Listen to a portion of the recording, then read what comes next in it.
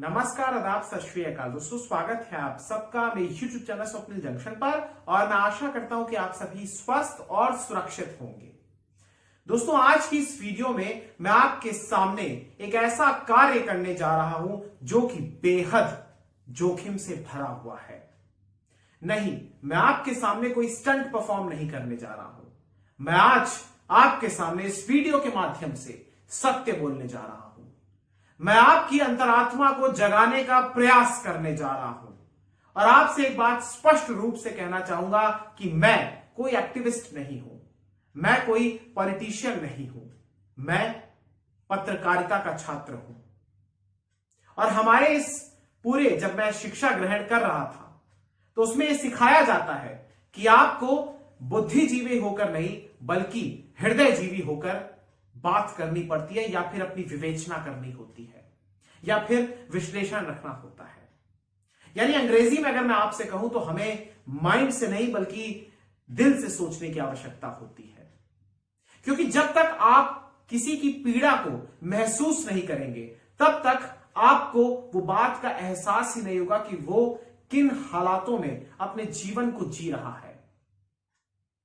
क्योंकि आप जानते हैं कि सारी चीजें जो भी प्रॉफिट से जुड़ी हुई होती है उसमें दिमाग का खेल होता है, लेकिन जब आपको किसी की पीड़ा को समझना है, किसी को कितना कष्ट है, किसी को कितना दर्द है, जब आपको वो समझना है और किन समस्याओं का वो सामना कर रहा है, आजादी के 75 वर्ष होने वाले हैं उस दौरान भी, आज भी, तो वाकई में ये बात चर्चा का विषय बनती है।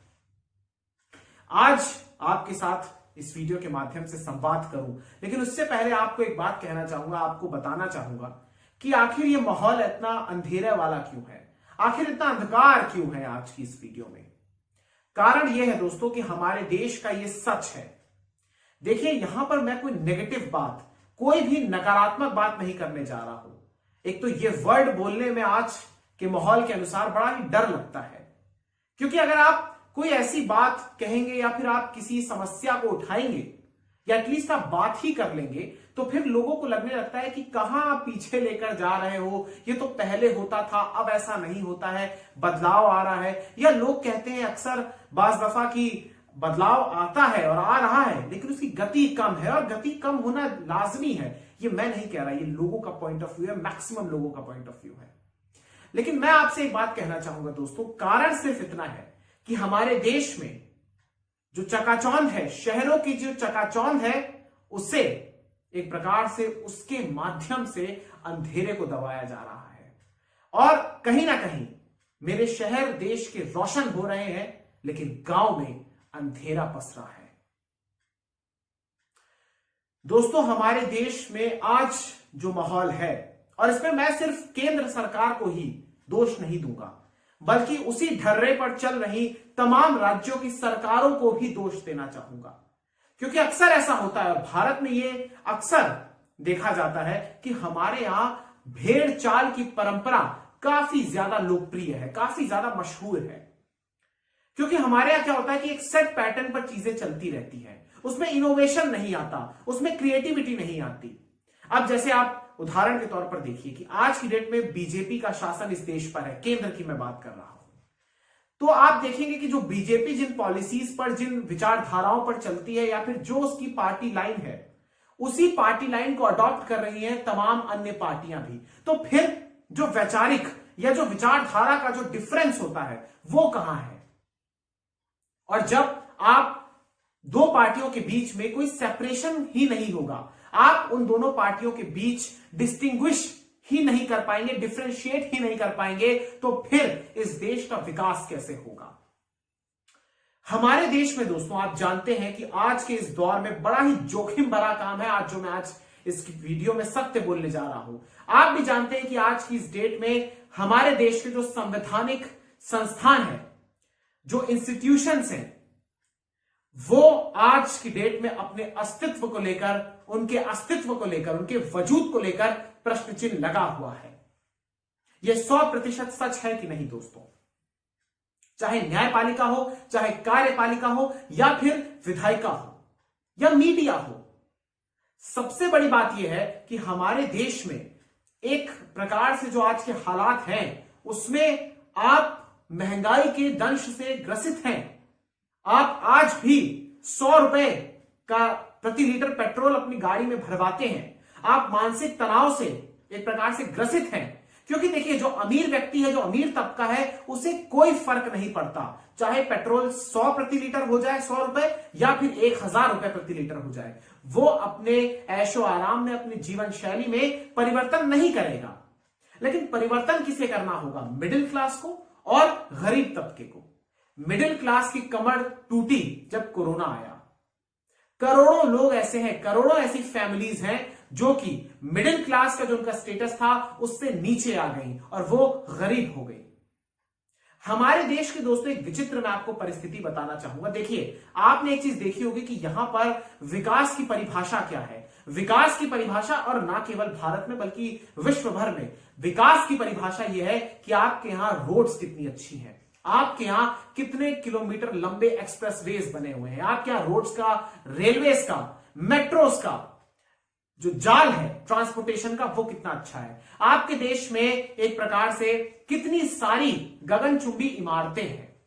ये आज की डेट में एक प्रकार से विकास की परिभाषा है। लेकिन कहीं ना कहीं विकास ये नहीं होता कि आपने कितनी चिकनी सड़कें या कितने किलोमीटर, सैकड़ों हजारों किलोमीटर लंबे हाईवेज बना दिए, या फिर कितनी तेजी से उन पर फर्राटा मारते हुए गाड़ियां दौड़ रही हैं, या फिर आपके यहां जो बिल्डिंग्स हैं, जो इमारतें हैं, उनमें कितनी मंजिलें हैं। विकास ये होता है कि जब आपके यहां बेहतर और बल्कि बेहतरीन सुविधाएं हो, स्वास्थ्य की और शिक्षा की, और उसमें बेहतरीन तरीके से इन्वेस्टमेंट किया जाए। लेकिन आज की डेट में ये चीजें नहीं हो रही हैं। आप सभी ने आज से तकरीबन 4 महीने पहले देखा था कि किस प्रकार से कोविड की दूसरी लहर के दौरान हम सब ने हमारी आंखों के ऊपर जो पट्टी बंधी हुई थी, वो तमाम चीजें खुल गई और सब कुछ सामने आ गया। इन नेताओं ने, चाहे किसी भी दल के हों, चाहे कभी भी किसी भी शासनकाल के दौरान उन्होंने शासन किया हो, इनकी नींद तभी टूटती है जब इन्हें स्वयं किसी चीज की जरूरत पड़ती है, क्योंकि ये जानते हैं कि इन्हें उन चीजों के माध्यम से सफर नहीं करना होगा। मैं अंग्रेजी वाले नहीं बल्कि उर्दू वाले सफर की बात कर रहा हूं, क्योंकि इनके पास वो सुविधाएं हैं और बाकायदा कॉन्स्टिट्यूशन भी इनको ये अधिकार देता है कि आप, चूंकि आप एक संवैधानिक पद पर हैं, तो आपके पास तमाम सुविधाएं होंगी, बेहतरीन से बेहतरीन आपके पास सुविधाएं होंगी। लेकिन ये जो एक प्रकार से अधिकार है, ये आम आदमी के पास नहीं होता है, जबकि संविधान की नजरों में, संविधान की दृष्टि में हर कोई व्यक्ति बराबर है, जो भी इस देश का नागरिक है। आज की डेट में आप देखिए ना कि मुद्दा क्या बनता है। मुद्दा यह है कि कैप्टन अमरिंदर सिंह, अमित शाह जो कि गृह मंत्री हैं इस देश के, उनसे मुलाकात कर रहे हैं। मुद्दा यह बनता है कि कांग्रेस प्रदेश अध्यक्ष पंजाब के नवजोत सिंह सिद्धू इस्तीफा दे देते हैं। षड्यंत्रकारी, पाकिस्तानी और पता नहीं क्या क्या, कैप्टन का उन्होंने राजनीतिक हत्या कर दी या उनको पद से हटा दिया, उन्होंने मजे ले लिए, या फिर एक प्रकार से जो भी कुछ बातों का प्रयोग हो रहा है, ये विषय आज की डेट में पिछले 2-3 दिनों में चल रहे हैं। या ममता बनर्जी चुनाव वहां पर जीतेंगी या नहीं? क्यों नहीं इस देश के भीतर? हाँ, कुछ दिन पहले आपने देखा था कि तालिबान चल रहा था, अब आज की डेट में तालिबान गायब हो चुका है, क्योंकि जब वहां पर कोई बम ब्लास्ट होगा, जब वहां पर कोई बम धमाका होगा, तब ये तालिबान की वापसी होगी। और पाकिस्तान तो है ही हमारा फेवरेट टॉपिक। बताइए, आज की डेट में हम पाकिस्तान से कंपेयर करते हैं स्वयं को। पाकिस्तान क्या है हमारे सामने? उससे तुलना करना ही एक प्रकार से एक अपमान के बराबर है। लेकिन हमारे यहां इस बात को लेकर एक तबका गुरूर करता है, अहंकार करता है कि हम पाकिस्तान से शक्तिशाली हैं। पाकिस्तान हमारे सामने कुछ नहीं है। हम अगर दुनिया की सबसे तेजी से बढ़ने वाली अर्थव्यवस्था है, तो फिर हमारी प्रतिस्पर्धा अमेरिका, चीन, ब्रिटेन, रूस, फ्रांस, इटली, इन लोगों के साथ है। लेकिन चूंकि मैंने भारत की परिस्थितियों का जिक्र किया, आपने यहां पर एक चीज देखी होगी कि यहां पर विकास अच्छी रफ्तार से हो रहा है। विकास की परिभाषा मैंने आपको बताई, रोड्स, गगनचुंबी इमारतें, हाईटेक चीजों का लगाना, या फिर स्टेशन का निर्माण करना, एयरपोर्ट्स का निर्माण करना, मेट्रोज लाना, बसेस लाना, और ट्रैफिक लाइट्स लगाना, ये तमाम चीजें, इंफ्रास्ट्रक्चर शहरी तौर पर जो एक खूबसूरती का आभूषण होता है उसे डेवलप करने को विकास कहते हैं। भले ही आप पेट्रोल 100 रुपए का भरा रहे हो, भले ही इस देश में इलाज न मिल पाने के कारण कई लोगों की मृत्यु हो जाती है। एक मैं स्टोरी पढ़ रहा था, बिहार की थी वो, बिहार के पटना, राजधानी है पटना, वहां पर एक मां के 2 बच्चों की मौत हो जाती है क्योंकि वो मां अपने बच्चों को सही समय पर इलाज नहीं दे पाती है। ये बात सच है। मैंने ये जो आज ये वीडियो बनाई है दोस्तों, मैं जानता हूं कि शायद ये बहुत सारे लोगों तक नहीं पहुंचेगी, लेकिन आज से 5 साल, 10 साल, 15 साल बाद जब भी मैं इस वीडियो को देखूंगा, मैं गर्व करूंगा स्वयं पर, क्योंकि मैंने सच बोलने का प्रयास किया है। देखिए, नेता या पार्टियां देश की सत्ता पर काबिज होती हैं एक निश्चित समय के लिए। यह देश हमेशा बरकरार रहना चाहिए। इस देश के संवैधानिक इंस्टीट्यूशन शायद जो इस देश की पहचान है, और शायद जो इस देश में ये सुनिश्चित करते हैं कि इस देश में न्याय हमेशा बरकरार रहे, इस देश में किसी के साथ अन्याय ना हो, आज की डेट में उन इंस्टीट्यूशंस को ही खत्म करने के प्रयास किया जा रहा है। और इसमें कोई गारंटी नहीं है कि आने वाले समय में जब कोई अगली पार्टी, मान लीजिए, जब देश की सत्ता पर काबिज होगी, तो फिर इसमें कोई गारंटी नहीं है कि वो भी यही कार्य नहीं करेगी या फिर इसी धर्रे पर नहीं चलेगी। वो क्यों नहीं इस धर्रे पर चलना चाहेगी? जब वो देखेगी कि जब हम विपक्ष में थे तो इन लोगों ने, जो सत्ता पक्ष में थे, उन्होंने हमारे साथ क्या किया, तो फिर वो भी बदला ही लेंगे। और इसमें पिसेगा कौन? इसमें पिसेगा आम आदमी। अब आप बताइए कि सिद्धू पार्टी छोड़े या पार्टी में आए, या इस्तीफा दें या ना दें, या कांग्रेस खत्म हो जाए, या कांग्रेस में अंतरकलह पड़ जाए, या कांग्रेस विकसित हो जाए, या बीजेपी का ये मंत्री वहां चला जाए, बीजेपी मंत्रिमंडल का विस्तार कर दे, इससे आम आदमी को कोई फर्क नहीं पड़ता है। इस देश का सच यह है कि अगर इस देश के आम आदमी को 2 वक्त का खाना मिल जाए तो वो बहुत बड़ी बात है, और इसका सबूत, इसके साक्ष्य आपके सामने उपलब्ध हैं। आपने देखा कोविड के काल में कि 80 करोड़ से ज्यादा लोग, करीब 80 करोड़ लोग, सोचिए, बड़े बड़े देशों की, कई देशों को मिलाकर भी आप इस आबादी के बराबर हमारे देश में लोग रहते हैं। 80 करोड़ लोगों की आज हैसियत क्या है? उनकी हैसियत है 5 किलो अनाज और 1 किलो चना। सोचिए आप। और इसी नाम पर वोट भी मांगे जाएंगे, इसी बात पर वोट मांगे जाएंगे कि हमने आपको वैक्सीन फ्री में लगवा दी, जबकि यह सरकार का दायित्व है। महामारी जब आई है तो ये सरकार ही तो टैकल करेगी इंडिविजुअली। हर कोई सिटीजन इस क्षमता का नहीं होता है कि वो इन चीजों को टैकल करे। लेकिन सवाल यहां पर यही है, और जिसके मन में भी अगर ये आ रहा हो कि 80 करोड़ लोगों को देना ये बहुत बड़ी बात है, निश्चित रूप से बहुत बड़ी बात है, लेकिन फिर आप ये सोचिए कि किसानों का क्या हो रहा है। क्योंकि इस देश में बात कीजिए तो भी कोई फर्क नहीं पड़ता, और बात ना कीजिए तो फिर ऑब्वियसली कोई फर्क नहीं पड़ता। लेकिन इसका अर्थ यह नहीं है कि आप बात ना कीजिए, क्योंकि जब मौन हो जाती है जनता तो फिर चिल्लाता है वहां का शासन, और वहां पर प्रताड़ित होती है जनता। इसीलिए अभी आप देख रहे होंगे किसान आंदोलन चल रहा है। इसमें आप किसी के समर्थक हो या ना हो, आप राकेश टिकैत को पसंद करते हो या ना करते हो, लेकिन सवाल यही है कि आज भी 11 महीने होने को आ रहे हैं और अभी भी किसान आंदोलन बरकरार है, ज्यों का त्यों। महापंचायत, भारत बंद, रैलियां, 600 से ज्यादा किसानों की मौतें, और शिफ्ट में किसान अपने घर को भी संभाल रहे हैं, अपने खेतों को भी संभाल रहे हैं, और इस देश में तीनों कृषि कानूनों के खिलाफ लड़ाई भी लड़ रहे हैं। मैं कृषि कानूनों की संवैधानिकता और उनकी नैतिकता पर बात नहीं कर रहा हूं, मैं सिर्फ उनकी दृढ़ इच्छा शक्ति पर बात कर रहा हूं, जो इस देश को बचाने के लिए आज आंदोलनरत है। उन्हें खालिस्तानी कहा गया, उन्हें क्या क्या नहीं कहा गया, पाकिस्तानी कहा गया, लेकिन वो लोग डटे रहे। किसी भी विपक्षी दल का उन्होंने समर्थन नहीं मांगा। हालांकि आप जानते हैं कि विपक्ष ने राजनीति करते हुए इन्हें समर्थन दिया, लेकिन उन्होंने नहीं मांगा अभी तक। इस सोचने की बात है कि आंदोलन से इस देश के सरकार को कोई फर्क नहीं पड़ता है। बताइए, इस देश में अभी भी जो दिल्ली शहर के आसपास जो 3 बॉर्डर्स हैं, उस पर आज भी धरना चल रहा है, और 10 महीने से धरना चल रहा है। जनवरी के बाद से सरकार ने उनकी तरफ देखा नहीं, और जब भी उनसे आप पूछिए तो वो बात कहते हैं कि हम तो तैयार हैं, लेकिन जगह नहीं बताएंगे। कब तैयार है, बात किस दिन होगी, नहीं बताते, सिर्फ इतना कहते हैं कि हम तैयार हैं।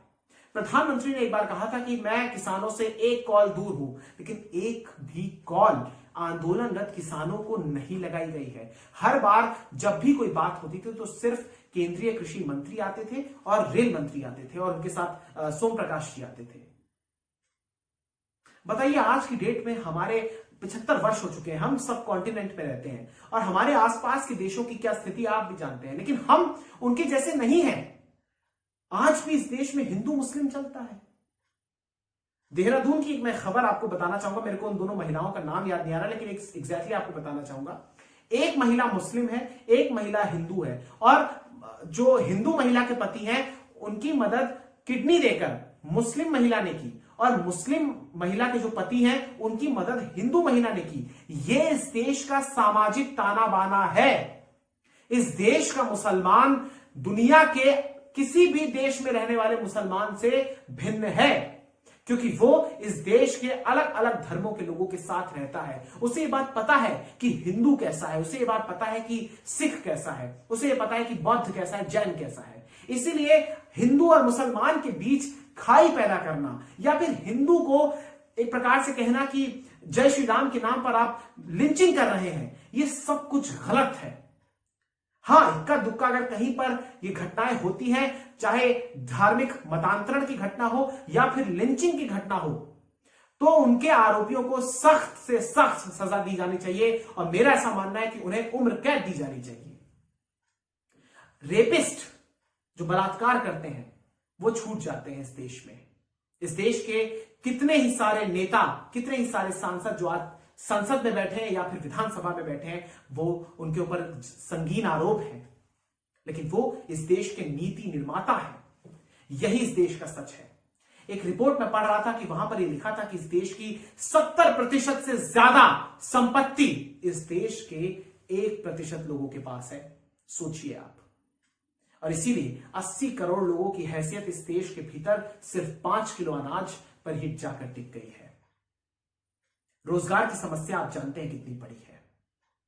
आज इस देश में एग्जाम्स की डेट आ जाती है, पहले तो डेट ही नहीं आती है, और अगर गलती से या सौभाग्य से अगर डेट आ जाए तो फिर परीक्षा नहीं होती है। बीच में कभी होता है कि एडमिट कार्ड नहीं आया, आता है तो फिर 2 दिन पहले, 1 दिन पहले आता है और सेंटर ऐसा अलॉट कर दिया जाता है कि जाने में ही 2 दिन लग जाए। इतना बड़ा परिहास। एक पद के लिए हजारों लोग सरकारी पद के लिए आवेदन करते हैं। ये किसके साथ ज्यादती और किसके साथ न्याय और अन्याय हो रहा है, ये आप जानते हैं। किसके साथ मजाक हो रहा है, और फिर उसमें सिफारिशें चलती हैं, करप्शन चलता है। और जाते जाते बात ये कि भारत के लोगों को जागृत होना होगा, भारत के लोगों को जागरूक होना होगा, क्योंकि हम अगर सवाल नहीं करेंगे, हम अगर बात नहीं करेंगे, तो फिर इस देश की समस्याओं का कभी निपटारा नहीं हो सकेगा। क्योंकि आज संवैधानिक इंस्टीट्यूशंस की और इस देश में वॉचडॉग की भूमिका निभाने वाले संस्थानों की आज क्रेडिबिलिटी पर शक है। जनता को जागरूक होना होगा, जनता को पहचानना होगा, जनता को मूर्ख नहीं बनना होगा, जनता को यह एनालाइज करना होगा कि कौन उनके साथ है और कौन उनके साथ नहीं है। और ये जो नेता एहसान गिनाते हैं ना कि हमने आपको ये मुफ्त में कर दिया या हम आएंगे तो ये मुफ्त में कर देंगे, उन्हें आप कहिए कि हम टैक्स देते हैं, हम इस देश में काम करते हैं तो आपको पैसा मिलता है। टैक्स के पैसों से ही तमाम संवैधानिक इंस्टीट्यूशंस चलते हैं। ये जो यात्राएं होती है ना विदेश की, ये भी टैक्स पेयर का पैसा होता है। इसलिए अगर आइंदा अगर आपसे कोई कहे कि आप तो फ्री में कर रहे हैं, हम तो फ्री में आपको दे रहे हैं, आप हमें वोट दीजिए, तो आप उसको कहिएगा कि ये फ्री में नहीं है, ये हमारा हक है और ये तुम्हें देना ही होगा। बाकी आप जानते हैं कि चुनाव का मौसम होता है तो फिर नेताओं की जातियां रेंगने लगती हैं। सबको ये पता चल जाता है कि कौन सा नेता किस जाति का है, और जब कोई पार्टी जीत जाती है तो फिर उसकी जाति गायब हो जाती है। फिर विकास के नाम पर टैक्स लिया जाता है और जनता को महंगाई की आग में झोंका जाता है। लोकतंत्र है।